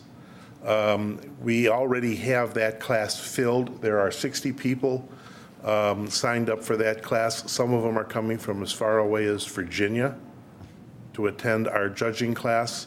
We're probably going to have to hold a second one at some point. We've got about 30 or 40 on a waiting list. Those people will be staying in hotels here, many of those people in the judging class. And then in end of February, Scotty Johnson, who all of you have met, which is from Westmont, who has the team called Cancer Sucks, Scotty is holding a cooking class. There's going to be about 25 or 35 people in that class, and they're probably going to take 25 or 30 hotel rooms. It's going to be a 3-day event.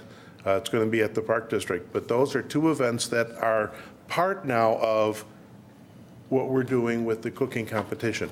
This is now the largest barbecue event in the state of Illinois. And we're very excited about that. And I'll let Chris talk about the specifics for this year, and I'll sit down and shut up. Thank you. Well, as Jim has already mentioned several times, we did start out 4 years ago with 29 teams, professional teams, and we are expecting a maximum this year of 65 teams. So in 4 years' time, you can see just the growth rate that this is taken on.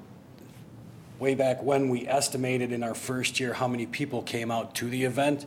And I know most of you were in there, and the downpour rain that we had, we estimate for the weekend it was somewhere between 1,000 and 1,500 people for the whole weekend.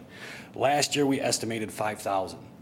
This year, we're estimating 7,000. So again, this is just a growing event. And as Jim mentioned, we are now the largest barbecue event in the state. It's a feat that I don't believe too many towns can say that they've done within 4 years. Again, this year, the barbecue is going to be May 28th to the 30th. You know, we've requested several street closures, and I think those are all listed out in front of you. Let's see, what else do I want? Oh, just one little tidbit of information. You know, there's a program on TLC now. It's called Barbecue Pitmasters. I don't know if anybody's ever seen that. You got to see it. It's on Thursday nights. It's a great program. In some of the interviews that they've done with these champion barbecuers, they said the world of competition barbecue is the next largest sport in the world. So we're in on the ground floor. So if you have any questions about this year's event, I'd be glad to do my best to answer them. How is the event funded? The event is funded through sponsorships, completely. Last year, we had Dominic's Ranchers Reserve and several local businesses fund that for us. And we are going back to these same organizations again. And he's got some more information. Well, again, Mayor, two things. The event itself, the logistics is funded through donations. The prize money and the things that we do from a competitive standpoint with the teams pay, depending on size of location that they want, will pay between $225 and $275 to come in as a competitor. That's the money that goes in the pool for the prizes and the trophies. So you kind of got to look at what they do as a competitor, what they do, all that, what they pay covers the expenses of the competition. And then the things that we do, entertainment, the logistics, and the other things that we want to do to make it a fun event for the people that are coming from town comes out of the donations from some of the local businesses. And as we said, we know of the great pleasure of having Ranchers Reserve as one of our main sponsors. And we're hoping to pick up Are they another one. sponsoring it again this year? Okay. That was awesome having them. It was really good. Yeah. Good tasting, too. It sure was. And once again, I've always been interested in the residents, the village being able to come and participate by eating barbecued feasts.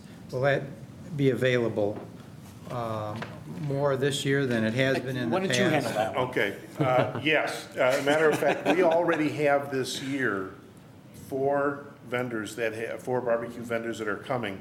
At least 2 or 3 of them are going to cook a different style of barbecue. I don't know if any of you have gone around the country. If you get down to Texas, they cook it one way. You get down south to New Orleans, they cook it different. Kansas City, again, is a different style.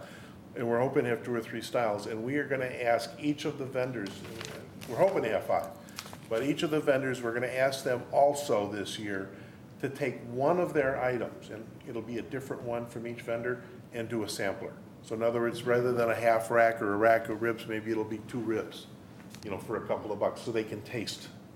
Or a smaller sandwich of the pulled pork, or a smaller situation with the brisket, just so that you could go, for instance, at $2 a piece, you could go to the 5 vendors, have 4 or 5 different styles of barbecue. For $10, you could taste all the different barbecues, and I think that would be a fun item that would be a fun way to do it, and I think we'll get that kind of. So those vendors will just be selling food, they won't be? They also will be, some will be competitors. Right, some will compete. For instance, Knights of Columbus, which actually uses Uncle Bub's barbecue, aren't competitors. That way Mark can devote himself as a competitor. And, but some of the vendors will vend and also compete. Okay. But we've already got 4 in this year, which is And then with ranchers coming back, if they come back with that trailer again, giving away their free samples. That was nice. There should be a lot of different barbecue for everybody to So are you going to be selling other kinds of food in addition? Yeah, there's always Barbecue? going to be somebody who says, I want a hot dog, or something. So that's what we did last year, is we had I think it was 7-Eleven that we had came out. 7-Eleven, Yeah. So, we'll probably have at least maybe hot dog and a burger, or a hot dog and a pizza or something, just because there are some kids say, I don't want that, Yeah, they want the good old-fashioned hot dog. Okay. So we'll see what happens. But yeah, yes, the answer to your question is there will be at least 4 barbecue vendors, but then there'll be a couple of others, just so you'll have some variety. Okay. Just a couple of real quick things that I forgot to mention. You'll notice I put up on the map here, where we're still requesting the carnival for this year, because that is a major part of the funds that we raise to actually pay for everything. And the biggest change for the entire year is we've kind of expanded. Again, going back to we're a growing event, we've had to expand. So we've been approved through the Park District to take up a portion of their parking lot here as for where our entertainment, our food vendors and such will be located, and we'll open up the street a little bit more for competitors, and we'll leave the carnival back in the same spot that it was. There's virtually no changes at all from last year to this year. The biggest change is we're just going to be moving into this parking lot right there.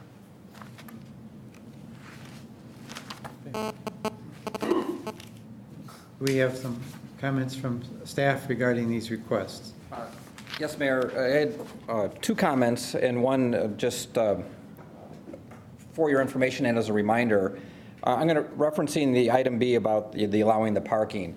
The last half of that request says west side of Blackhawk on the west side of Blackhawk Drive, of which you'll recall you've already approved an ordinance that will allow parking on the west side of Blackhawk Drive. It's waiting on weather until I can move the pavement markings over, and that will already be allowed. I will assume that request means that they want parking on both sides of Blackhawk Drive. So that would be different than as stated in the ordinance. And then as far as parking on 2 sides of the street on Blackhawk Drive and Burr Oak and Chestnut, actually the chief could speak better to our experiences with traffic control and emergency vehicle access at other special events at this site.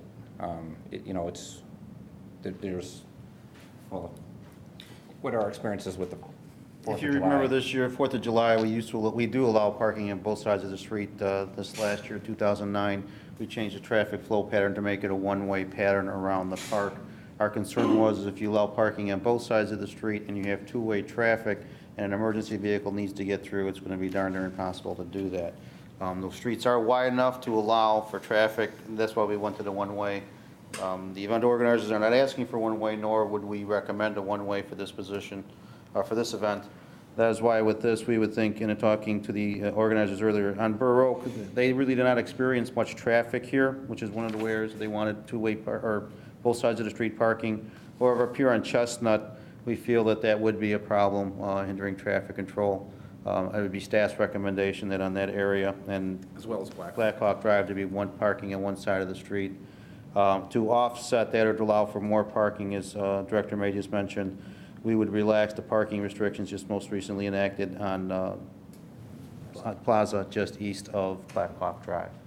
That would also give them more parking closer to their event. Since it's a holiday weekend, relaxing the restrictions that were on there should be no opposition to anybody in that end of the block. One thing to keep in mind, while this event is going on, you also have a 3-on-3 soccer tournament, I believe, with the park. I don't know what's happening with that. I don't know if that's the one that we... In the past, they've had a soccer tournament, which was also a big draw to the event, and we don't know if that's still going to be going on. On Sundays, however, there would be no parking, especially during the race, because that's on that Sunday morning, the race event, which we just talked about. That's our concerns on parking. Just wanted to bring to the board's attention. Okay. Also, we mentioned, I'm sorry, Mayor, if I could, the junior high, the event organizers will be talking with the school district to see if they can get use of the junior high property. I mean, if they had to, people could walk in. Weather's nice. I don't think they wouldn't mind the walk after the barbecue. Well, we hope they wouldn't, but if the weather's bad, then no one's going to want to walk that far. Okay, so those are all things that you can live with. Absolutely. Okay. Anything else? Any other questions from board members? Well, we wish you success. And Good weather. And we will see you all out at the barbecue. Absolutely. Did the attorney get all those changes? I noticed to email the chief and make sure I've got it correct, because they are all in there. Chief's on vacation.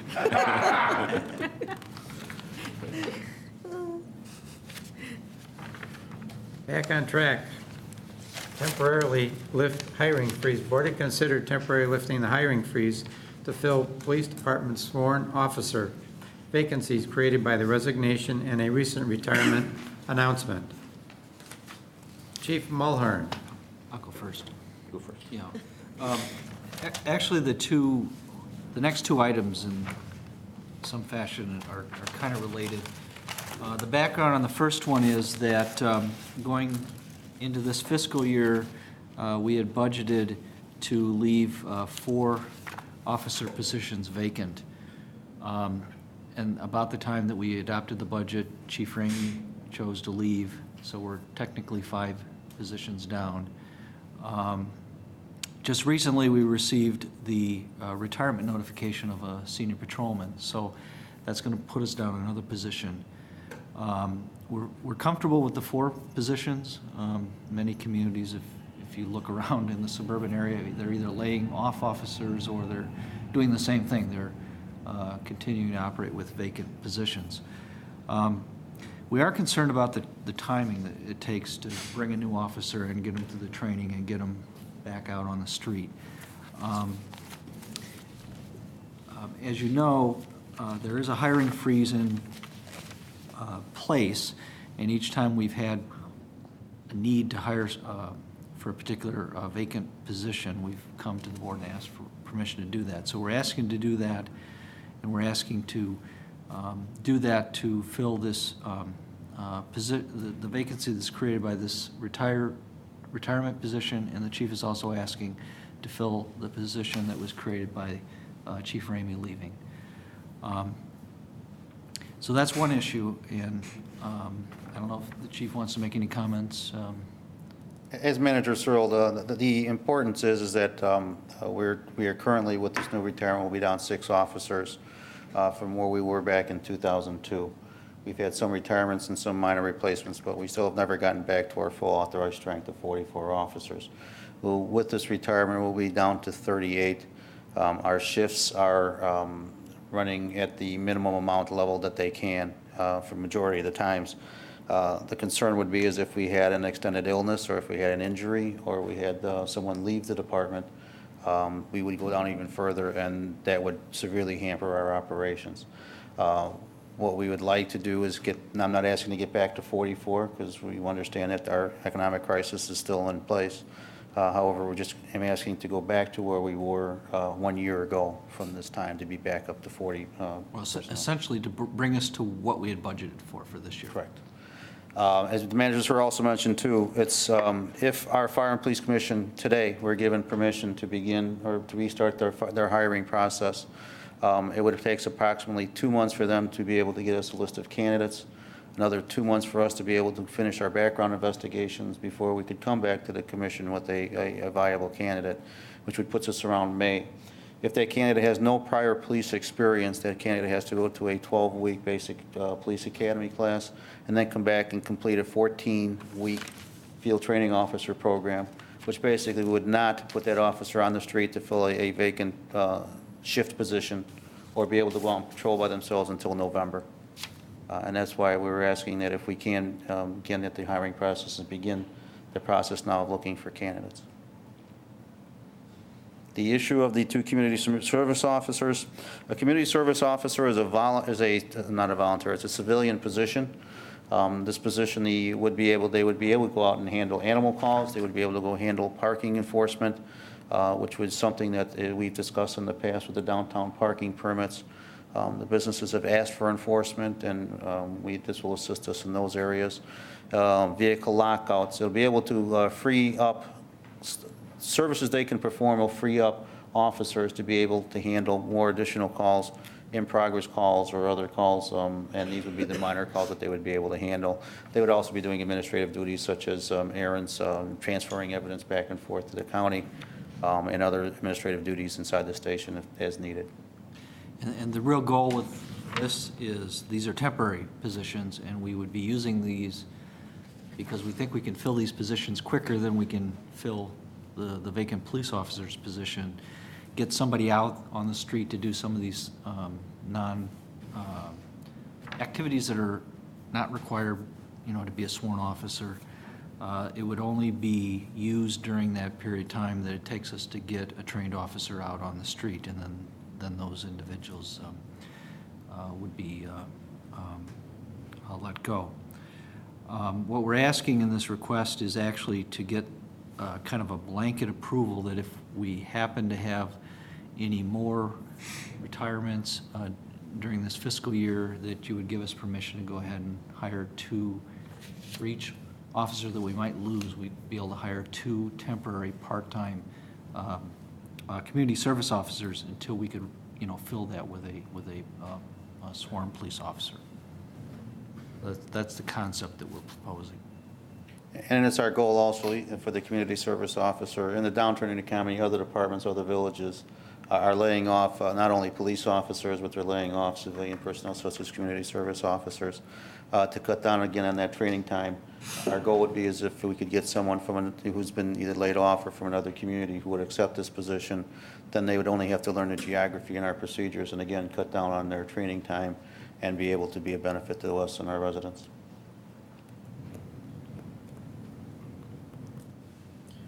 Questions from board members on either one of those items? No, you can fit it in the budget. Their pay was in the budget, so the money's there. Yeah. Fund is in the budget. Okay, no questions. Thank you, Tom. Thank you, sir.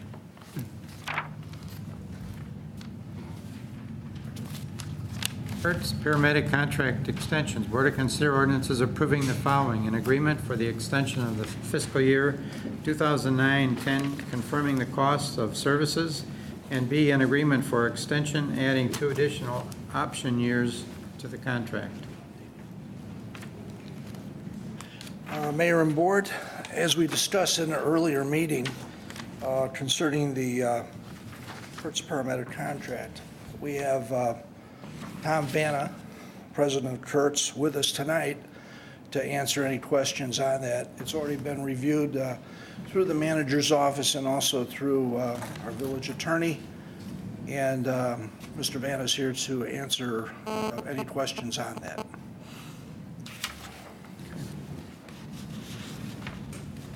And I will note as a preliminary note, in your write-up, in your board action request, there was an attached, 2 extension agreements. What I just passed out is an updated, I guess it's the second request, which adds 2 additional option years to the existing contract. So please refer to that most recent handout. Sorry. Well, that's okay. I'll just go ahead and paraphrase. Essentially, I saw most of you at the finance meeting when I shared our information. We've been fortunate enough to be part of the Westmont Fire Department for 12 years now.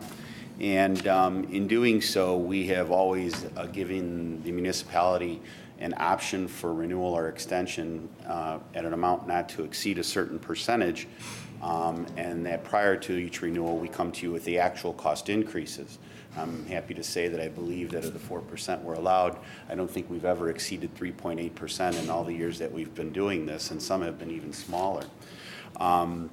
What happened is that during your financial crisis that you've experienced, Chief Trout and his staff came to me and asked me if we could go ahead and make some changes and cuts in the contract as far as some of the benefits and things that we had in order to unfreeze or actually do some wage concessions in order to get within a price that they needed to be.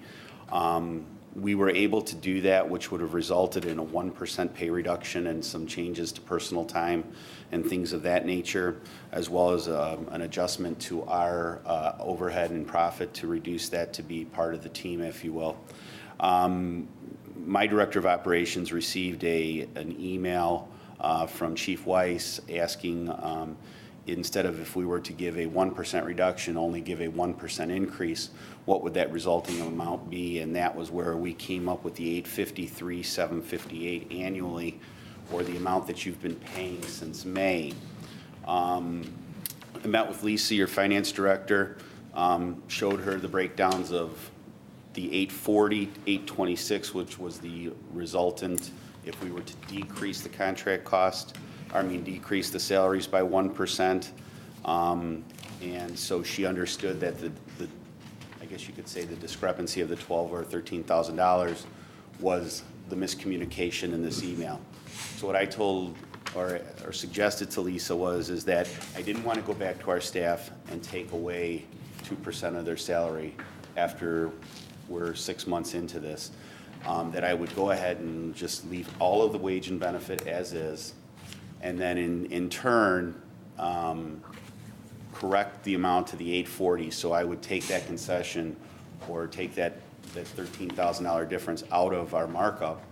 And so essentially, in Lisa, when she reviewed our numbers and I showed her with some healthcare increases and things of that nature, basically this year, the cost of the contract is essentially below our cost for all intents and purposes. So what I had said is that we had two resultant options for renewal left that would have carried us through 2012, and I just graciously requested that, in light of what we've done financially this year for the village, if the village would consider two more additional options for renewal, that would take us through 2014. Again, it's just like always, it's an option for renewal.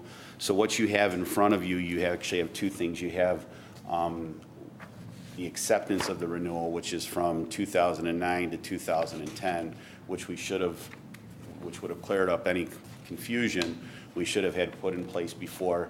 So we get that signed so that, that is in place, and then the actual extension that would carry us through that, or the options for, if you will. So I know that's kind of confusing, but essentially what we'll do is, and then on your next month's bill, you'll be receiving the corrected amount less the overpayment that you've experienced from May on. So it's a win-win for you. Mm-hmm.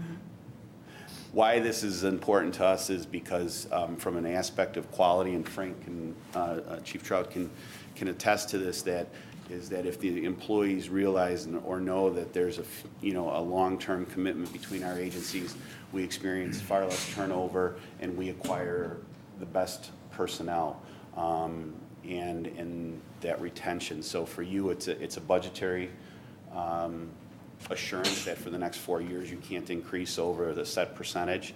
For me, it assures a relationship with your community, and for the fire department, and more importantly for the residents, they benefit from all of that and a consistency of employees.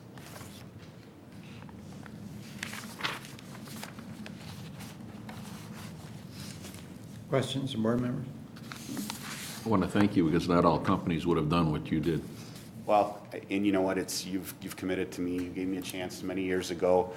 12 years ago, you came to me when I was only serving 6 communities, and today we're serving 21 communities and 6 oil refineries, and it's because of you taking a chance on a small company like us, and this is our way of saying thank you. I appreciate it. What kind of a background check do you perform on employees that work for your? Before anyone is submitted for employment or for interview at Westmont, they are put through a complete physical, through an occupational health medicine.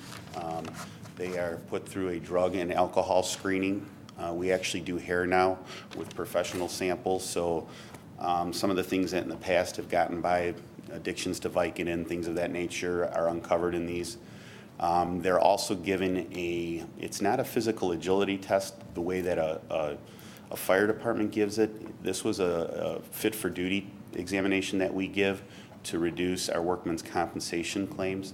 It took us from an experience mod factor 7 or 8 years ago from like 122 down to the last couple of years we've been a 0.77 or a 0.80, so which is unheard of in our industry in the fire service. So they're given that fit for duty, and then they're turned over to the to a detective who does a background check on them, both runs their license, runs their check to see if they're convicted of any type of infractions whatsoever. We get a complete report. And then all that documentation is presented to the chief and his staff for review prior to employment. Very good. Sir. Thank you. Any other questions, board members? No, thank you. Thank you. Thank you. Thank you so much again. We appreciate it. We appreciate your service. Thank you so much. And your costs. Yeah, especially costs. Moving right along, miscellaneous finance ordinance number 18. Waive the reading. Request to waive the reading. Purchase orders. Mayor, I have one thing I forgot. There was a supplemental purchase order list that was passed out for the vendor Lexipol LLC in the amount of $6,950, and I would ask permission to add that to the agenda. This is something that was talked about the last Administration Finance Committee meeting as a replacement for the police accreditation program, the CLIA program. It's much more cost effective. It's less burdensome in terms of time involved in complying with it. It's something that our self-insurance pool has been recommending for some time as an alternative to the CLIA process. And the reason that we need this is, at this time, is that there's a deadline before the price goes up at the end of this month. So I think it goes up like $2,000 or $3,000, $2,000 if we don't go ahead with this now. And we do get reimbursed from our self-insurance pool in the amount of about $3,500 for this program. So I'm sorry, I meant to bring that up earlier. Okay, thank you. So this one is to replace what we used to use, the CALIA. Is this one that was from California or wherever? Yes. Okay, so I remember the discussion on it then. So, and you were able to work it into the budget. We have, or will have, figured out a way. We are working on a way. The thing was also IRMA, our Intergovernmental Risk Management Agency, is giving us a grant, as Manager Searle mentioned, to offset the cost. So what you're seeing is $7,000, which we have to budget and pay for. However, we will be reimbursed by IRMA, the grant amount of, I believe. 35, did you say? Yes. 3,500. So that will offset our costs. This is something that we need to keep our department running smoothly and keep it the professional department that it is. It keeps our policies and our procedures up to date with any changes in the law, and also we'll also provide a training component, a daily training component for our officers as well. We have a lot invested previously in the CLIA program, and I think the department feels and the chief feels that we don't want to lose that investment. This is an alternative that's more cost effective, and we want to be able to maintain the professional level of the department, and this program seems to do that for other agencies that we've talked to. Any other questions on purchase order items? There is, on the Westmont Park District for holidays appropriations, there's been, we've had a lot of comments, and there have been some comments made as to whether or not we can decrease the amount allotted for the holidays appropriations. And I'm just wondering if that's been looked at carefully by staff to find out, in fact, if that's an area that we could look at cutting back as we have done in many other We have areas. talked, this is retrospectively, I'm not sure why they use the word appropriations. This is actually to pay the bill for this past holidays from the Park District. Okay. But we have and are looking at that next year again. And we've talked about making a commitment towards the fireworks and then trying to bring in outside funding. And to the extent that we can recover that, we may end up reducing our contribution to holidays. Okay. So that's definitely So something. this amount is strictly for This is what we this year. committed to this year. 2009. Okay. Very good. Any other questions? Okay, unless there are any other questions and anything else to come before the board, I would entertain a motion to adjourn at this time. So moved. Second. Roll call. Trustee Scott? Yes. Trustee Forsley? Yes. Trustee Seneca? Yes. Trustee Klebanow? Yes. Trustee Fleming? Yes. Thank you. This meeting is adjourned.